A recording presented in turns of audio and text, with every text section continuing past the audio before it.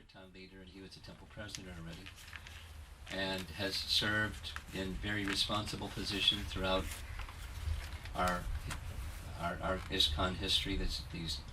The 40, whatever it was, 47 years or 45 years that followed from the time of our initiation, 46 years, whatever it is, and largely has been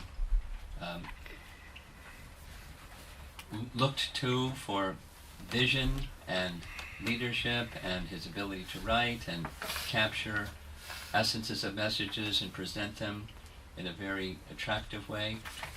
You know, this isn't how Ekabir introduced him, it's how I'm introducing him.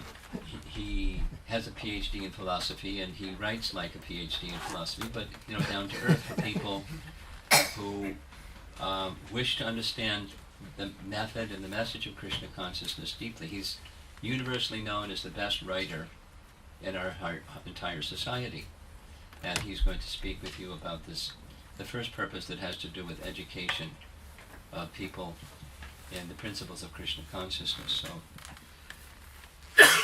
please welcome Ravindra Svarupa.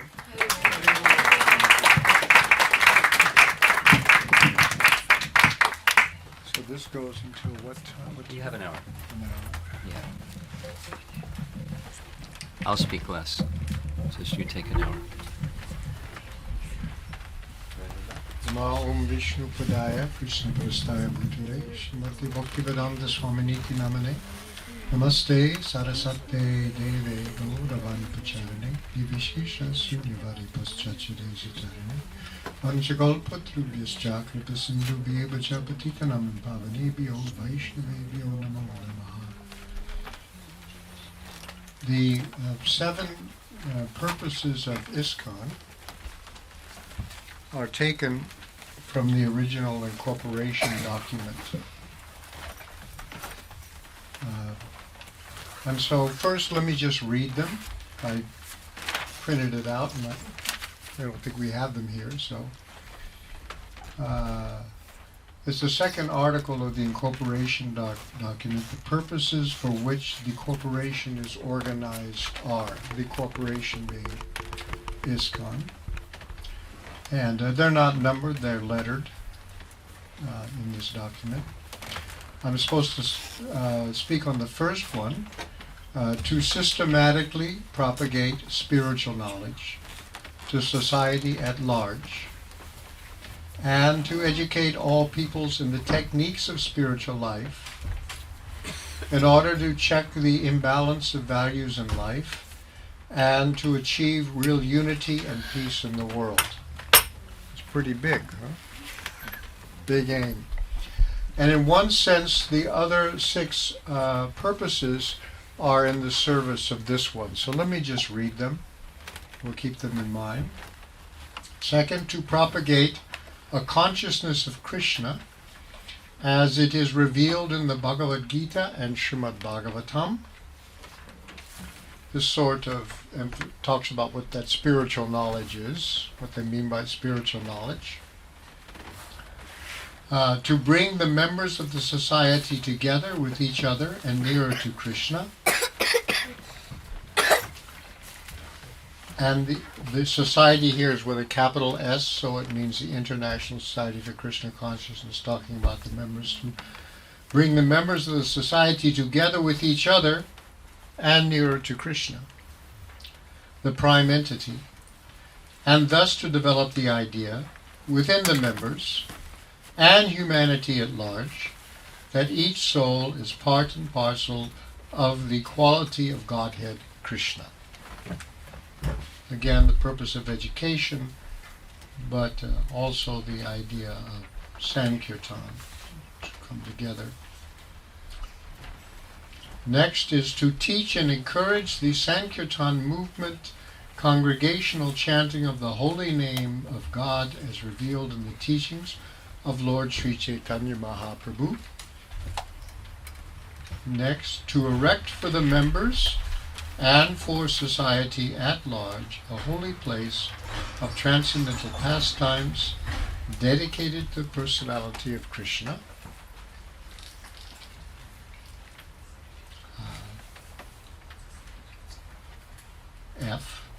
sixth purpose, to bring the members closer together for the purpose of teaching a simpler and more natural way of life. And finally, with a view toward achieving the aforementioned purposes, to publish and distribute periodicals, magazines, books, and other writings. So those are the purposes there. So the first one, for the corporation, to systematically propagate spiritual knowledge to society at large, and to educate all peoples in the techniques of spiritual life, in order to check the imbalance of values in life and achieve the real unity and peace in the world. So here you have the ultimate aim of the society, real unity and peace in the world. That's what the ultimate aim. So how will this be done? To systematically propagate spiritual knowledge. Notice systematically. That knowledge, what that knowledge is given at the Bhagavad Gita and Srimad Bhagavatam to everybody. Now the word systematically means that we're doing it as a organized society. The point of having organization is that it is a force multiplier. Prabhupada even talked about this in his last days, that your love for me will be shown by how much you cooperate together to spread this movement. So cooperation is a very, very high on our agenda. The point of cooperation is that it is a force multiplier. If 5 people individually set out to do something, they can accomplish 5 people's worth of work. If those 5 people organize and work together, those 5 has the force of maybe 15 or 20. So that's the point of organization. People want to know why it was so important. If you want to really save people and are serious about saving people and committed to it, then you'll organize. And organization means cooperation based on the principle, as Prabhupada said, unity and diversity. He instructed that when the GBC came together every year, that should be the topic of discussion, unity and diversity. That's an ultimate principle. Savishesha, Krishna is a person, and a person means personality only comes about or becomes exhibited in the association of other people. God by himself, Krishna by himself, Prabhupada said, is not especially attractive. But when he is in the association of his devotees, then he becomes more attractive. That interaction increases attraction. Even Prabhupada described that when Radha and Krishna are together, this was in New Vrindavan at one Janmashtami, he said that Radha looks at Krishna and he sees how beautiful Krishna is. And when she sees how beautiful Krishna is, her joy increases. And because her joy increases, her beauty increases. And when Krishna sees that Radha has become more beautiful, his happiness increases, and therefore his beauty increases. And then when Radha sees that Krishna has become even more beautiful, her joy increases, and Prabhupada said, and so on it goes without any limit. This is the dynamic of association, of personhood. And so therefore, Krishna sustains many relationships with many different devotees, and that is the society. And everyone is different. With different devotees, one side of every relationship brings out one aspect of a person. a single person can have many social relationships, and whether that's with family or work or friends, it will be different. So Krishna has so many relationships with different devotees.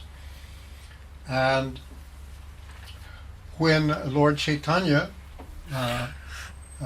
brought us the Sankirtan movement, this idea of Sankirtan, the prefix san means together. So when many devotees are working together, it's social.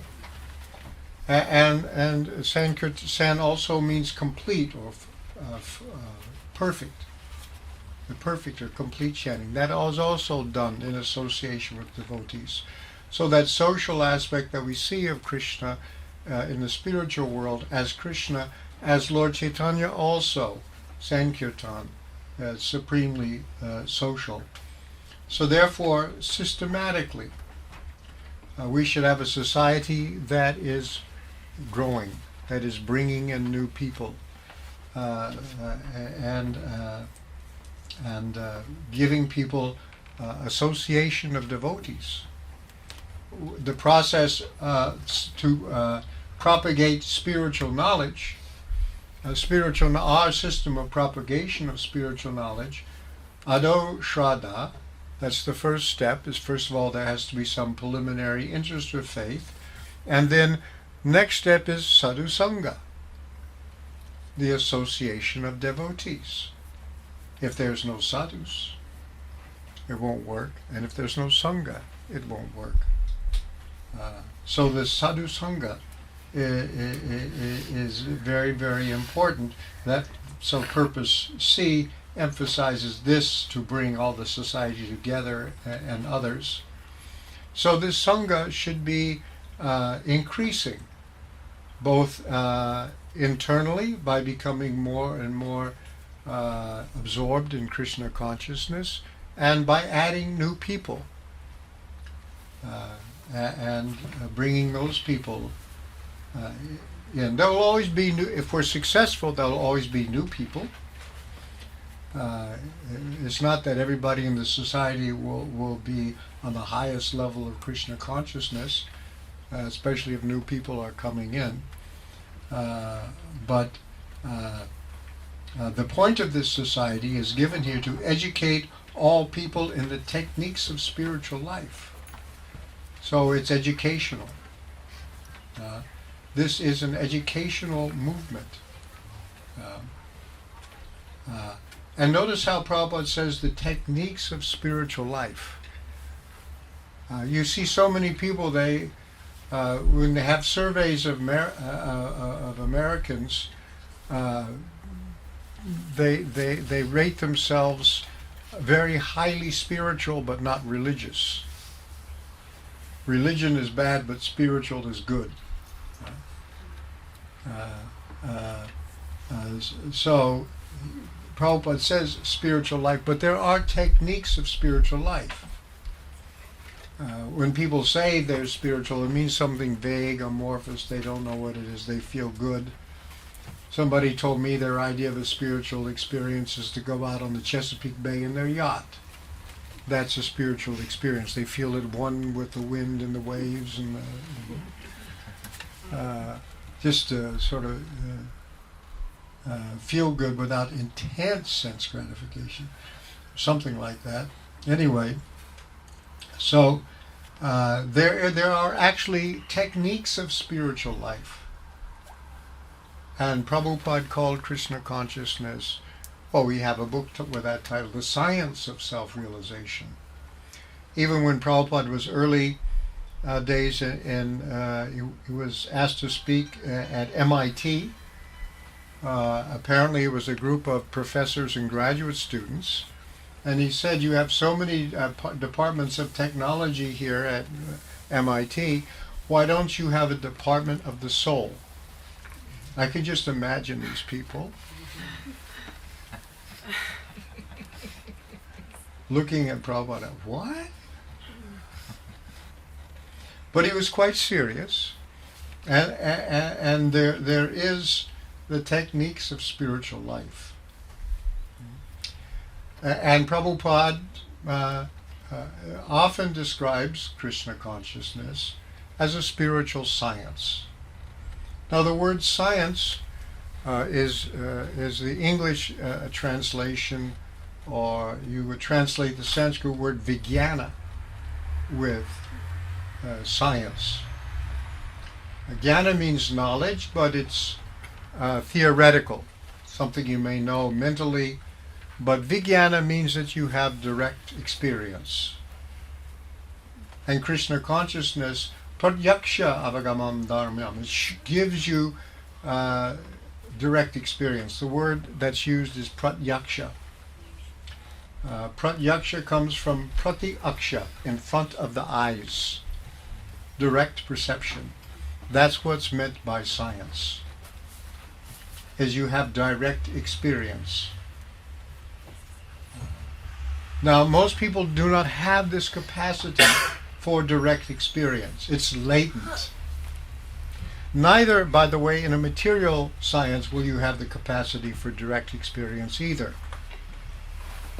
Somebody shows you a computer screen, a cathode ray tube, and it's got a bunch of dots or something on it, and you look at it and you just see a bunch of dots. But a science who has educated vision, he can see, no, this is showing you, the different layers of a chromium atom, or he knows how to read it. Now they've got instruments, and because you have these instruments, when you see this little wave or perturbation somewhere, you can say, oh, this means something. But you wouldn't know because you're not educated. Your vision has not been educated. So we're not demanding of anybody anything that they don't need for any level of advanced knowledge. You need to have an educated senses and educated understanding so that you can perceive things. So therefore, we can't say, because people will sometimes say, yeah, religion, is something you just accept on faith, but in science, we have knowledge. Well, when you go and you sit in a classroom the first time and somebody starts talking to you about protons, electrons, neutrons, covalent bonds, and all those kinds of esoteric things, you say, how do you know this stuff? And they say, well, this is not religion, we have science, we have ways of investigating it. Anybody can do it. It's democratic. Right? Oh, can I do it? Can I go and look at these electrons, protons, neutrons, these occult things you're telling me about? Occult means hidden. Right? You don't see them. Anybody seen a proton, electron, or neutron lately? Or even an atom? They're very esoteric, occult entities. Let me see them. Well, yeah, you can see them. We have experiments. Oh, let me do it. Well, wait a minute. First of all, before you can do this experiment, you have to have at least 3 years of study so you can understand what it's about. And then, we don't really let anybody go to that equipment until the first year of graduate school. So you mean I got to spend like so many years studying before I can even prove it? Yeah, well, that's what's required. You have to be expert. So, is our demand any different? Here, spiritual life, you can have direct perception of the self and of the self of the self of Krishna. I can't see him now. Well, that's because you have to. There's certain conditions of knowledge. We learn in the Bhagavad Gita, our teaches this process of knowledge. Knowledge depends upon goodness, sattva, and that means if the mode of ignorance and the mode of passion are in your consciousness, you won't be able to see. You have to clear them up. They have to go down. Passion and ignorance have to decrease. Goodness has to become manifest. And then you can begin to understand.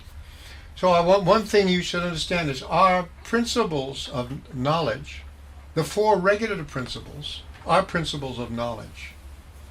People think of them as moral principles, good and bad, and then maybe subjected to reward and punishment. But they're not just principles of morality, they're principles of cognition. Makes spiritual knowledge possible. And so therefore it's a spiritual science. Apparently you can be quite expert in material science, and some of the time you'd be a meat eater, a drunkard, not while you're using the equipment usually, but you can, it doesn't matter, because actually material science is mostly in the mode of passion. Who pays for it? Why do they want it? Well, you'll find out. It's all the mode of, in fact, our standard of advancement is the standard of the mode of passion. Used to be the standard was goodness. So that's another thing. What is your standard of advancement? It should be that people are becoming more and more clean, more and more austere, more and more merciful, and more truthful. These are the standard: cleanliness, austerity, mercifulness, and truthfulness. Are these increasing or decreasing? They're going down. Oh, we're so advanced. Oh, is it really? What is your standard of advancement?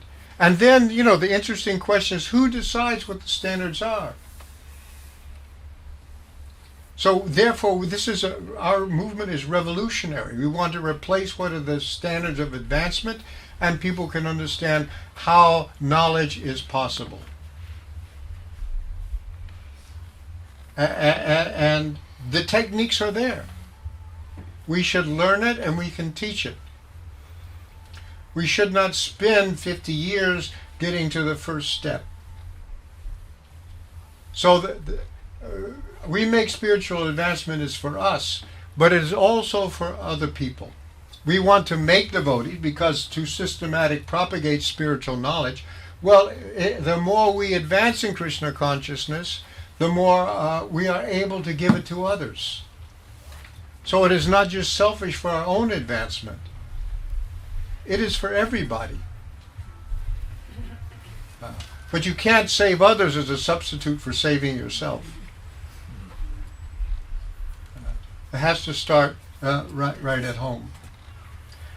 And he says to do this, so we want to propagate spiritual knowledge. How we will do this: to educate people in the techniques of spiritual life. So we have to become expert in those techniques ourselves and teach others how to do it. Become Krishna. You can say two things: become Krishna conscious yourself, give it to others. Two commands are there.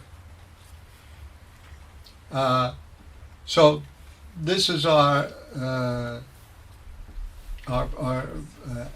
activity, our purpose: propagate spiritual knowledge, educate people in the techniques of spiritual life, and that means master them ourselves.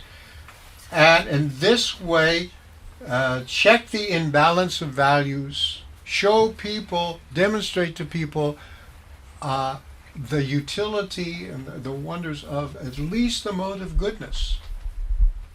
They become attracted. When people see it, they'll become attracted. And then real unity and peace in the world. This is the platform by which these things will take place. The mode of ignorance won't do it. The mode of passion won't do it. Only the mode of goodness. So the mode of goodness has to increase. And we have a chance to do that, even though this is Kali Yuga. That is our method to do this. So we should all be convinced that Prabhupada has given us this spiritual science, that the spiritual science is very, very potent. And our vow to Srila Prabhupada that we shall advance ourselves in Krishna consciousness. Now, Krishna consciousness is a very high demand religion. Our standards are very, very high. And if you look at the whole thing, we're very good at putting this ideal in people's hearts. the pure devotee. We get in that. This is a pure devotee. And it's not, for in the Catholic Church, they have saints that they venerate, but they think of them as sort of special people. And we're not saints. We can't be saints.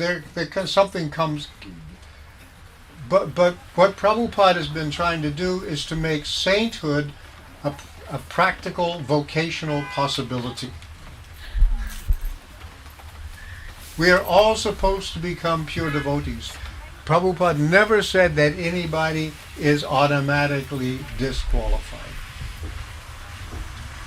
And so that is our goal. He never said you can't become pure devotees. He said very early on when Prabhupada was traveling in Europe, he said to Shamsundar, who wrote it down in his newsletter he was mailing out to the temple presidents, Prabhupada said, he had just been in London and he had a debate with the president of the Mensa Society, where you have to have an IQ of 140 or something to belong, geniuses, and Prabhupada defeated him. And Prabhupada said, I act like a king because nobody can defeat me. Shamsundar wrote that down. And then around the same time in the same newsletter, Prabhupada said, I'm one person, and just see what I have done. Now we are 500. And I suspect that at that time that was the number of his initiated disciples. He said, now we are 500. So each one of you become just like me, and imagine what can be accomplished. So I took that as his order. Each one of you become just like me. So that's what he wants us to do. And you can't say it's impossible. I'm too fallen. Now you may be too lazy. But where do we... laziness is also the mode of ignorance. So we know the mode of ignorance and the mode of passion is there. We know what they look like. They're described very vividly in the Bhagavad Gita and other places. And we should see that by practicing Krishna consciousness, the modes of passion and the modes of ignorance are decreasing. If they're not, we're doing something wrong. Let me check and see what it is that I'm doing wrong. Let me go to somebody who's more advanced than I and ask, this is what's happening, what can I do about it? There's an answer. Just like if doctors give a medicine, it's not working, try something else. So here, this should be, you should see the modes of passion, the modes of ignorance are decreasing. And this will please Srila Prabhupada. Now this is not a do-it-yourself thing. What we are doing, we are actually begging for Krishna's mercy when we chant the Hare Krishna Maha Mantra. And we do a few things right. We chant the Hare Krishna mantra while trying to avoid offenses. We will see that these modes of passion, the modes of ignorance, go away. This should be our real tribute to Srila Prabhupada. Our own advancement in Krishna consciousness. This will satisfy him more than anything else. Because you can see what he went through. And here he laid it all out right in this place, what he wanted to do. And his instructions are here for everybody. He is our founder Acharya. That means he's everybody's preeminent Shiksha guru. It doesn't matter if you're, disciple of a disciple or disciple of a disciple. That doesn't make any difference. The instructions are there, they're in his books, and we should make advancement. And all we have to do is to become aware of the next step we need to do. What do I need to advance in Krishna consciousness? I can tell you right away what I need to do. I know what I'm doing right, and I know what I'm doing wrong. And I should be taking the next step. If we're ready to take the next step, Krishna will light it up to us like a runway at night. There'll be no doubt about it what I'm supposed to do. What you need to do if you're really ready to take the next step, you'll overhear a conversation in the next room which will tell you what to do and confirm it for you. Take it. And then the next step. You only have to go one step at a time. If you look at the whole thing, you'll say, oh, it's not possible. Become horrified. But just take the next step. And as this first purpose shows, it's for our own benefit and it's for the benefit of the world. We don't forget anything else. So this should be our tribute to Srila Prabhupada. These are his purposes, and they should become our purposes. Okay? So do we have Yeah, sure. any questions or comments? Misgivings? Doubts? Fears? Anything? Prabhupada once said, silence means agreement. Mm-hmm. I have a simple question. When I've looked over these 7 purposes, I've noticed that there's a lot of overlap. You have any realization about? Yeah, but there is overlap because it's very unified. There's really one purpose. But I think, so the first one, propagate spiritual knowledge. But the next purpose particularly mentions doing that Bhagavad Gita and Srimad Bhagavatam. He's following Lord Chaitanya's movement. That was the center of Lord Chaitanya's teaching, was the Srimad Bhagavatam. So it's important. One of the things that Prabhupada did to emphasize that to me is this Temple of the Vedic Planetarium is really Srimad Bhagavatam in the form of a building.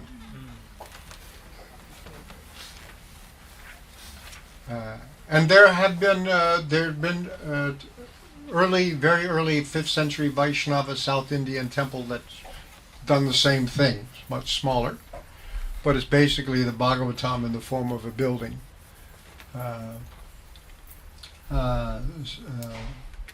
There's a tradition like that, and just like a temple has a chakra at the top, ISKCON, that temple is at the crown of ISKCON.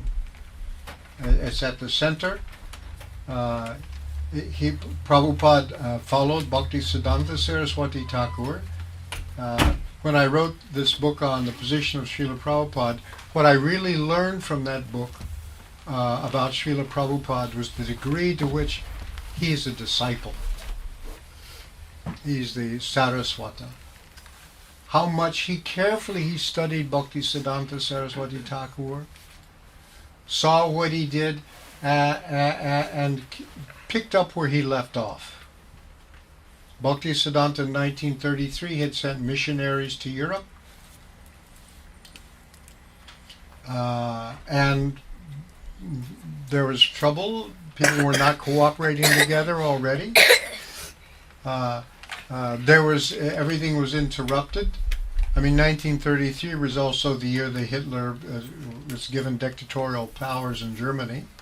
So all hell was literally about to break loose. So there was a pause for World War II. But when Prabhupada started his mission, single-handedly, he did the same. He followed Bhaktisiddhanta very, very carefully. Before the missionaries went in 1933, there was a 3-volume book in English prepared for them for their missionary work, also called Sri Krishna Chaitanya, and they didn't leave until they had the first volume in their hands.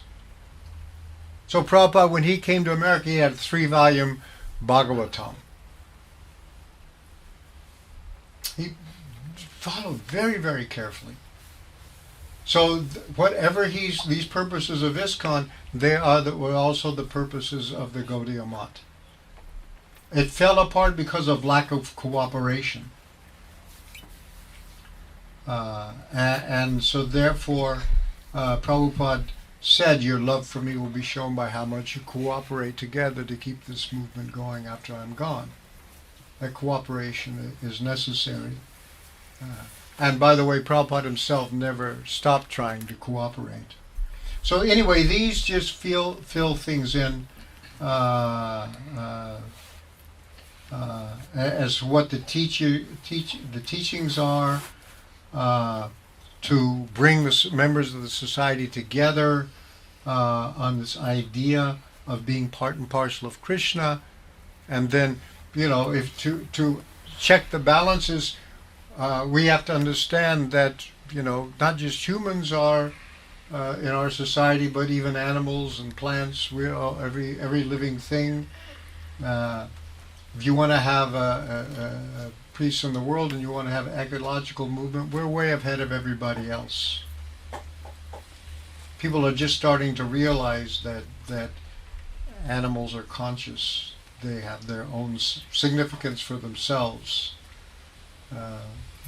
We put that idea out a long time, and I think we had some effect on people. And then especially, he mentions Lord Chaitanya, because that's where it comes from. And therefore we have our other big book, the Chaitanya Charitamrita. We see how to be devotees. Then he mentions the other purpose, a holy place of transcendental pastimes. First he started with in America with New Vrindavan, but as soon as he could, he got this land in Mayapur and established this temple. Bhaktisiddhanta had done the same thing. They had a central temple, of which all the other temples were expansions. And so Prabhupada followed the same instruction by this temple of the Vedic planetarium.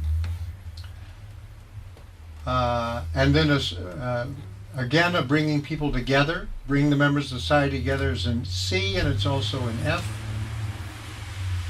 Why? A simpler, more natural way of life. That's the next step. And then finally, to the purpose, for these purposes, books, magazines, and other literature to propagate that. So I think it fills it in and develops it and enriches it and goes back and then elaborates on it like that, like a theme with variations, like that. Anything else? Yes, Prabhu? You had mentioned about these two commands. One is to become Krishna conscious, and then give it to others or help others become. That's right. So, since for many of us, well, mostly myself, it's such a gradual process of becoming Krishna conscious, and expertness in Krishna consciousness is seemingly a very far off goal. At what point can we with some confidence propagate when we ourselves are still taking in? Well, Prabhupada had us doing it right away. When he started our society, there were no advanced devotees. Prabhupada was the only advanced devotee. But he had us going out and distributing literature, bringing other people. So you start right away. I remember practically this day after I moved in the temple, I was out on the streets with Back to Godhead magazines. And they said, go out and preach to people. And they just said, don't speculate.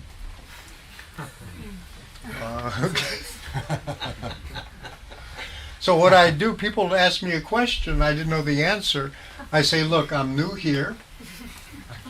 But if you come back, I'll ask somebody, and you come back tomorrow, I'll tell you the answer. And then I got in the van with the devotees. I said, oh, what about this? What's the answer to this? And if you have to teach it, you learn it fast. So I think the big thing is, teach and don't speculate. If you don't know the answer, say, here it is. By giving people books and literature, we give them the words of people that are more advanced than we are.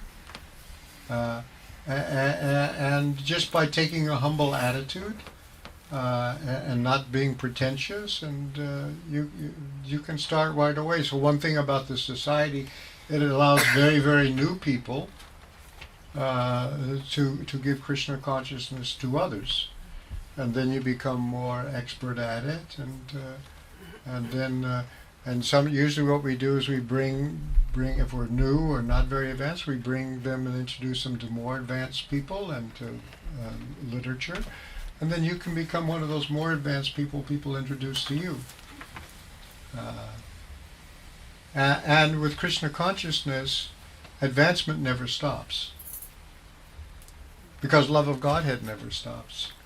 It just gets better and better and better. There's no upper limit to love, how much you can love Krishna. So it's an ongoing process. Okay? Yeah? Hare Krishna. Stop us when it's time. Just last question, then we'll take a break. Okay.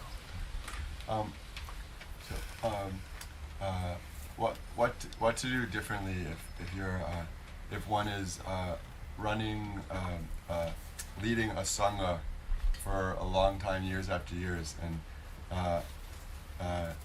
indirectly and directly suggesting that those ones leading can start their own, but one doesn't see it happen, then what should one do? Is that clear? They don't want to start their own. Yeah, like sort of little offshoots, spread around. Branches of Sangha. Oh, it should expand, huh? Yeah. The Bhaktivedanta thing is it's supposed to automatically expand, right? Yeah. Interesting. I sort of I don't know if there's a general principle, except that sometimes you have to just how do you teach a dog how to swim? You throw him in the water. Sometimes you just have to say, go out and do it. Don't be shy. Remember, if you take some responsibility for Krishna, there's extra mercy. And people should understand that if I take some responsibility and do some responsible service, Krishna will help you, and it helps you make advancement. And maybe people are too afraid, or they think they can't do it. Would you be surprised? People be surprised what they can do. It's like just part of the maturing process. People should, as soon as possible, they're able to help others. That should be built in the beginning, that we are helping others to become Krishna conscious. And that's all I can say about that right now. All right? There's another question. Could we have one back here? Yeah? So, maybe a request for, you made a point about pure devotion being a vocational opportunity. You used a term. Is it possible for you to repeat that, please? Sainthood. Sainthood being a vocational process. Oh yeah. Pure devotee is a practical vocational goal. Practical. Yeah. Vocation means a calling. So we have been called. Yeah. Okay? Srila Prabhupada ki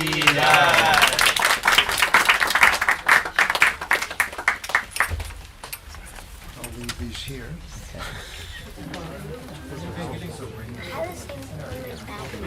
While you're getting settled and winding down your conversations, I want to explain two things. The first topic that was to be discussed was scheduled for Anuttama. Many of you know Anuttama Prabhu. He's our minister, international minister for communications, and he was to be our MC. So you have a poor excuse for an MC instead of Anuttama Prabhu. But he was also going to speak on that first purpose, and he had a he had volumes to say, but his sister had a medical emergency. He drove from Washington to Detroit to be with his sister, and that's where he is today, and he couldn't be with us. So, considering the emergency, very kindly, Ravindra Svarupa Prabhu changed his plan for the weekend and came here to address all of you. I'm thankful for Ravindra to making that special arrangement.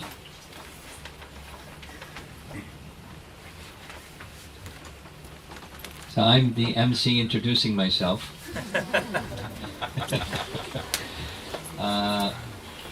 My name is Romapada Swami, and I'm involved here at 26 2nd Avenue as one of the directors. There's actually a corporation.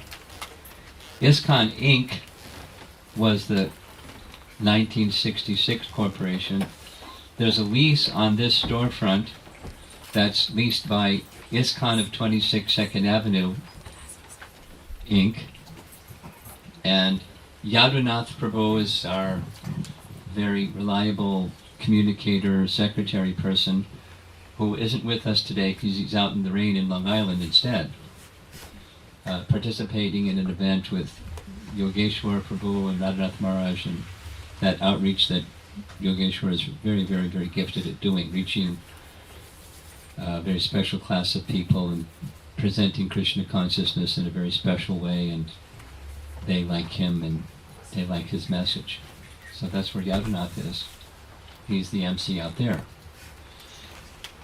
So I understand in MC, just my role here is I have an interest in helping to preserve the mood and the mission that Srila Prabhupada, particularly for 26 2nd Avenue, established. And the very standard things are being conducted here in order to take the propagate systematically the message of Krishna consciousness. So I'm now going to go into the second purpose, which is on this piece of paper underneath my computer, but it went away. Yes. Yeah.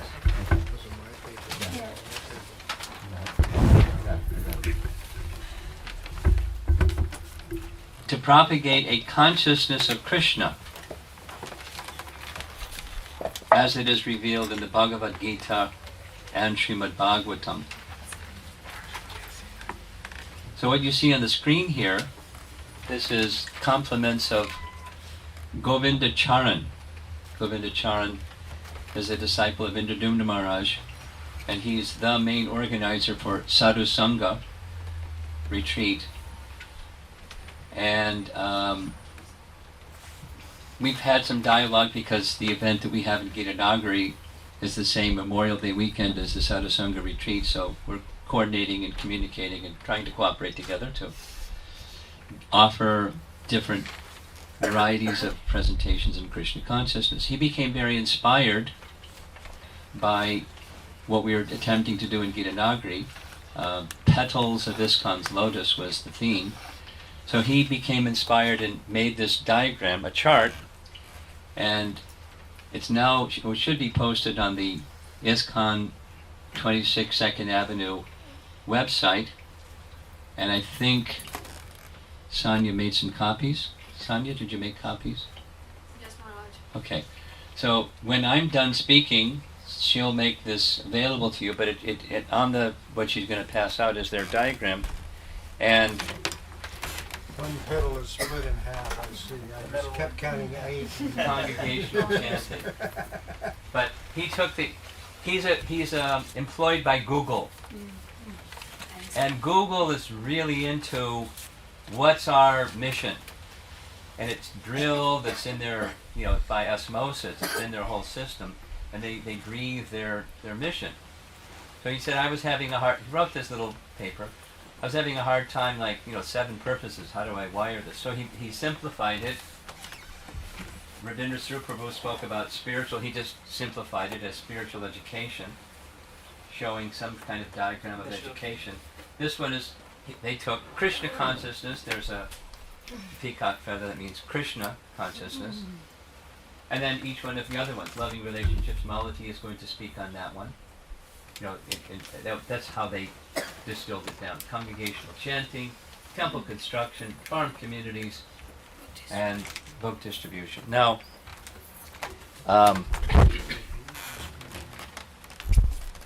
had discussions with devotees that are really into education, and they, you know, kind of put their hands on their hips and say, actually everyone is education. And then Vaisheshika Prabhu says, actually everyone is about book distribution. And, you know, the beginning and the end aren't so different from one another. As Chandrasekhar Maharaj was noting, these things, there's overlap, in part, very nicely spoken, that, you know, there's unity in all of this. There's purposes for ISKCON that connect with other purposes for ISKCON. They're not exactly buckets that have their own separate identity. There's a very nice synthesis and synergy between the purposes.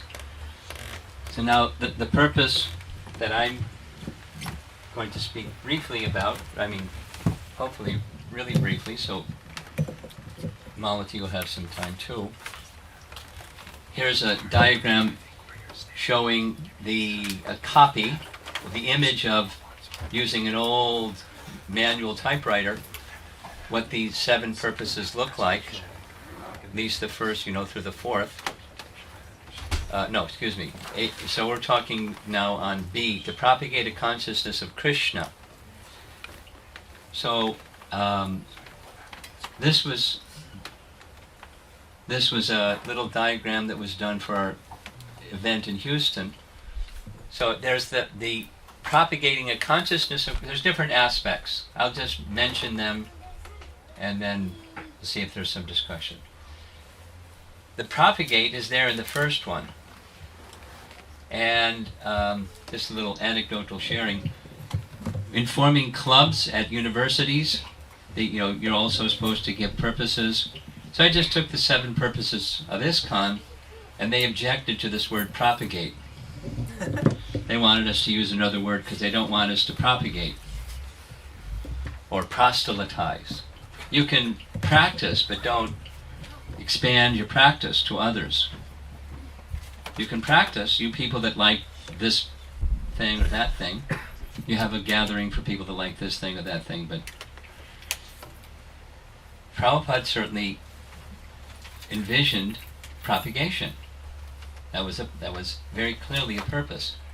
And what Ravindra Svarupa Prabhu said was something that I had intended to say, so I'll just repeat in my own words. You can't propagate if you don't have it. You can't give to others what you don't have. You have to imbibe Krishna consciousness before giving Krishna consciousness. And a little like Matt's question about, well, I'm not so advanced, how can I propagate? You, by taking on that service, you can, because power beyond your power is granted by Krishna's mercy.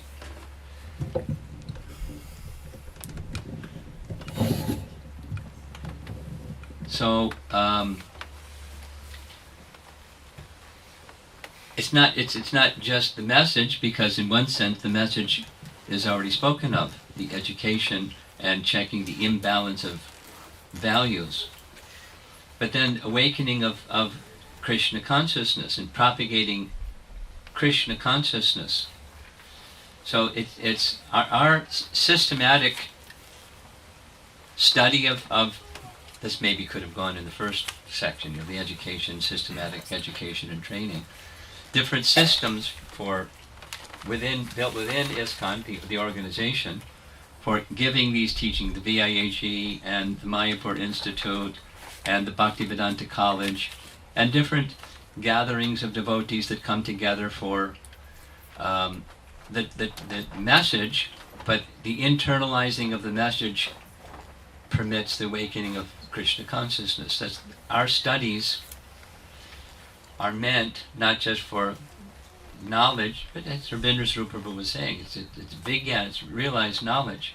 just last night at the Saturday evening gathering at 26 Second Avenue, one of the guests that came, that comes from time to time, and he's kind of one of these eclectic persons that reads a lot and compares.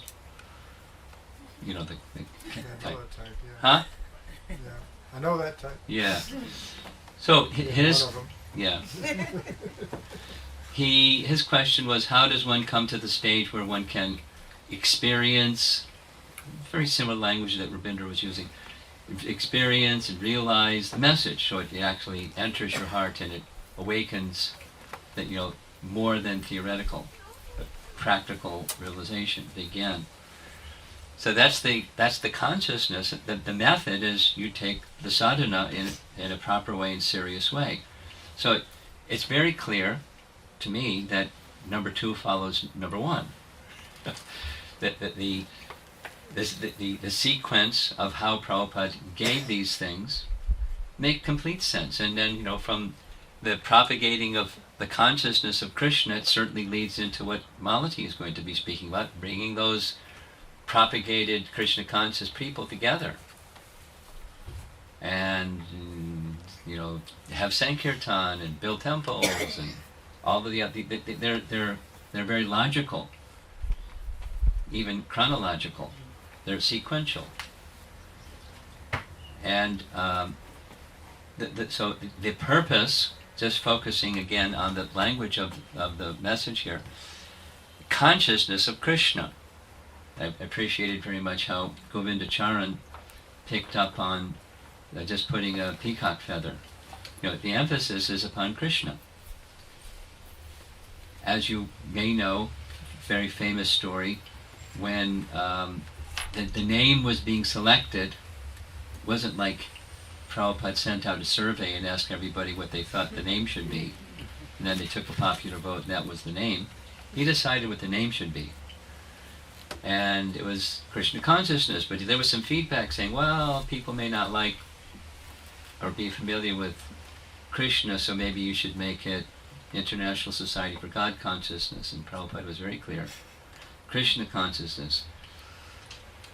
Because that's the consciousness, Krishna consciousness. That's what we're propagating. That's the purpose. Krishna consciousness. Krishna is the Supreme Personality of Godhead. And, you know, there's a whole discussion on that interesting language, the personality of Godhead. It's a common thing that people, well, it's not so terribly common, but people ask, what's this language, Godhead? What does that mean? Godhead. Whoever heard that word before? Godhead. He coined it. People do this all the time. They coin a word and use it a lot, and then it takes on a meaning of its own. Goes on in circles in the world. Essentially, he's a person. He's a personality, and he's that fountainhead. So put the two things together, it's Godhead. He's the source of everything. That's Bhagavad Gita's message. And that's Bhagavatam's message. He's the source of everything. And therefore, because he's the source of everything, we serve him. Engage in his service to him. What else do you do when you understand who's the source of everything?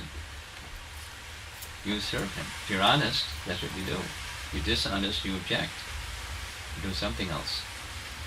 So it's the indication, it's the bhakti message that's propagating a consciousness of Krishna, that practical engagement, that's the objective. I'll just say this last thing and see if there's any short discussion. In one of the efforts that Srila Prabhupada was making to help intellectuals or professors of, at least they thought they were professors, of religious teachings, one of them, he regularly would interact with them, and one of them was Professor Durkheim, who appreciated Prabhupada, and Prabhupada appreciated him. And they had a little disagreement, as sometimes happens between people. And Professor Durkheim had this view that what's valuable about knowledge, because the first purpose speaks about knowledge, it's just knowledge for knowledge's sake. And Prabhupada was saying, no, There must be a purpose to which that knowledge is applied. And back and forth, and Durkheim was said, and Prabhupada said, and finally he let him have it. He got quite strong with him. The purpose is practical service. Knowledge has its purpose, practical service. Practical service to the source of everything where that knowledge and things come from. That's the purpose. Practical. Practical application of knowledge resulting in Krishna consciousness. So the medium of devotional service, taking that which Krishna has given and using that in service to Krishna, knowledge and things in Krishna's service, that's the medium for realization of the personality of Godhead, Krishna. One can propagate that if one has received it. So number 2 follows number 1. And number 3 follows number 2. So we're going to hear from Malati about number 3 in just a moment. So, Chandrasekhar Marsh, I'm going to, so I can't, your body isn't transparent. I can't, you're blocking half the audience. Well, I was just thinking probably the better thing is for you to move in the middle. And that's what everyone should do from now. This being in the far pocket means a lot of people can't see. Well, if you weren't standing in the way, Well, then there's no place I can stand. How Then I about can't do the screen. why don't we lower this and put it at an angle? Because Prabhupada's there. Why don't Or we stop? can do there. you can have the person sit over here. How's that? Any comments or questions back there? Ah.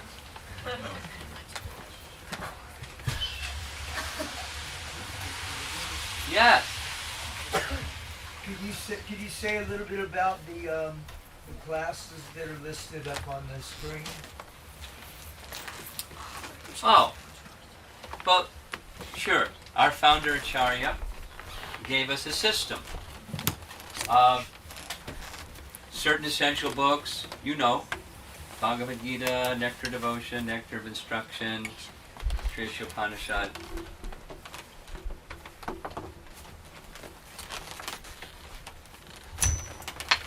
Bhakti Shastri. And then continuing in first 6 cantos Bhagavatam, the next one, and final 6 cantos of the Bhagavatam, the next one, and Chaitanya Charitamrita, the next one, become a real PhD, a real scholar of the teachings of devotion. So the goal is Krishna consciousness. Those are systems that Prabhupada gave us, and there are certain awesome personalities like Burijan Prabhu, who is leading the way and helping to establish curriculum for those. And then in course of time, as a trailblazer, other people pick up things that he's given and start to teach it. So there are places in Vrindavan and in Mayapur and other places where that curriculum is being taught. And then once those people have studied it, they can then also teach it. And that's going on also. You know, in the Potomac Temple, there are persons that have taken those courses and now they're teaching those courses, for example.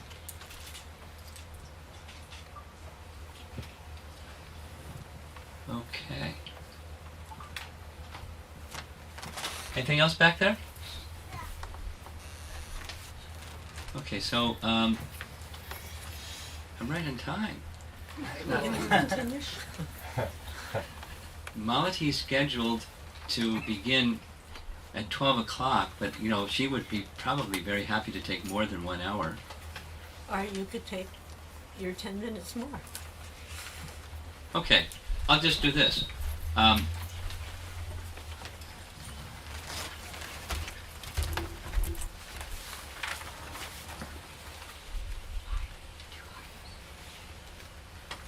Oops. Back to this logo. Govinda Charan, I didn't ask.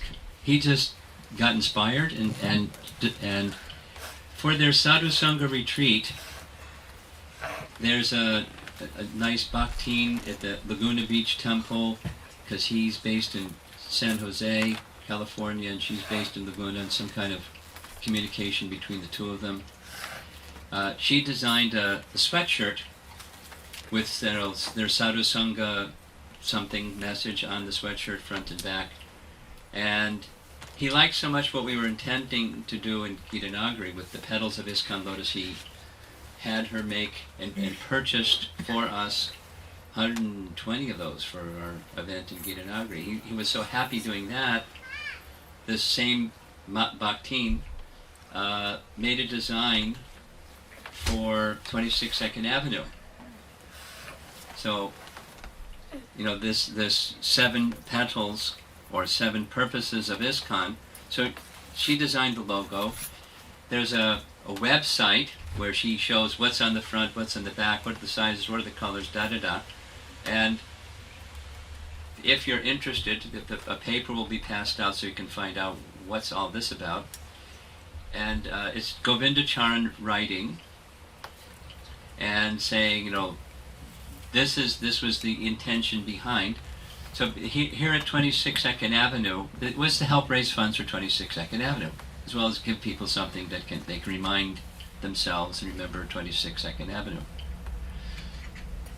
So this event, many of you received the little handout that goes with the event that we're now doing, that says something like this. In 1966, this storefront was rented until 68. And the space isn't so big, and Prabhupada is big. And this following that he gathered was big, and so after 2 years they moved to a larger space. Right across the street and up a couple blocks in a little loft space, 61 2nd Avenue, the opposite side of the street. And then they outgrew that space, and so they got something in another place, and they outgrew that space, they got another. So this place was forgotten from 1968 until little light went on where the leader of the Brooklyn Temple said, hey, we should lease this space. It's a pilgrimage place. So in 1991, there was a lease for 10 years at a current Lower East Side bargain basement rate. And when that lease expired, Dayananda Prabhu, our godbrother, extended the lease for 15 more years. And at that time it was still kind of, downscale. And they didn't have any increments of increase. It just was the same rate for 15 years. So do the math. 15 plus 10 makes 25. The first lease was in 1991. So April 2016, that 15-year lease expired. And the landlord very kindly extended a 3-year lease. There was some trade-off, I won't go into it. And but there was a 34% increase, which is still, lower than retail, space at 2nd Avenue, with a 7.5% or whatever it is, increase the next 2 years. So we did a little math, and it comes out to $28,000 beyond what we were not quite able to maintain every month for 15 years. But the owner of the building, so Prabhupada's apartment was right up over here, because behind, there's a corridor that goes over to the apartments that are in the back, and Prabhupada's little apartment was right back there. So the owner of the building was of Prabhupada's age, and he had great affection for Prabhupada. And his son and his daughter understood the affection that their father had for Prabhupada, and so they were happy to have us come back and lease the space. And for 25 years, especially the last time that Yadunath has been doing, he paid in advance. They didn't have to go chasing after the rent. He just, we were a good tenant. Plus, their father liked Prabhupada, and so, they have some affection for us too. They're business people, but they have some affection. On the basis of their father's affection. They were little kids when we were doing the Hare Krishna thing, way back then. So, and there's other things, but so this partly this event, besides celebrating ISKCON 50, was to receive funds. So Ravindra Charan knew that. So this sweatshirt arrangement is a way that if you want, you can go, because there's the on-site, there's a website location that says da-da-da-da, here's a picture, and here's how you can get one if you want one, and 50% goes to 26 2nd Avenue to help us cover that shortfall. And there's another little thing. I requested Sat Swarup Maharaj to come and be present. You know, how can we have a 26 2nd Avenue thing without Sat Swarup Maharaj here? But his health doesn't permit him to come. So I said, could you do this? Could you make a video of your remembrances of Prabhupada at 26 2nd Avenue and New York City? So he thought about it, and he agreed to do it, and he made an hour and 20-minute video, just images and footages and video and stuff, and a really good technical person put the video together for him, and it's on a little USB stick along with some other things, the images that were used, and we got permission from the ISKCON 50 people. You probably have seen it, but in case you want a copy, it's on the USB stick, and you can take one of those if you wish, and make some donation if you wish, and that will help us meet our shortfall.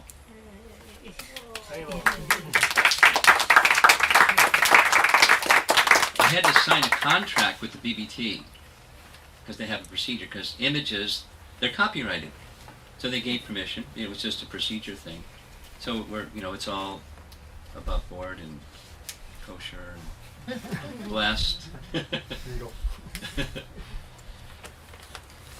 So, Sonia, raise your hand so you know. She's going to come around and give you the opportunity to take one of these flyers and also a USB stick if you wish. And you'll probably do that during the lunch break also. So I'm going to stop. Malati can get set up.